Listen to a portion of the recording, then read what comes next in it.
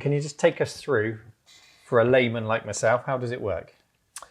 So in its simplest terms, an injection mold is a very, very, very specific tool to make a specific type of component. It's essentially two halves of a very large metal block that can come together and come apart. And inside the metal block, there's a nozzle that allows molten plastic to fill in the void that exists inside that block. Kind of like making an Easter egg. Exactly. And that void is in the shape of your final component. There's lots of details within that where you can form lots of little clever features like clips and tabs and things, but very simply speaking, it's just squirting molten plastic into a hole.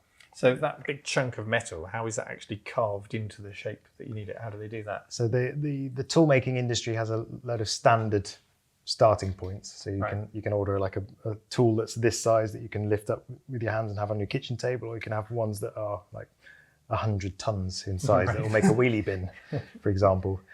And the shape of this part is cut into that steel either using a milling machine, which is a bit like a fancy drill, or more often these days you will make a copper electrode that is the shape of the component that you want to make, and then you use electricity to actually burn away the metal very slowly. So in a bath of oil, and sparks just cut the steel away.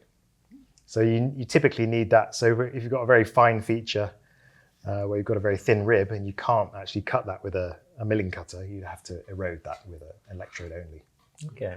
So that's how you can get all these very fine features that you see on modern products, where you've got a very fine speaker grill, for example, with lots of tiny holes.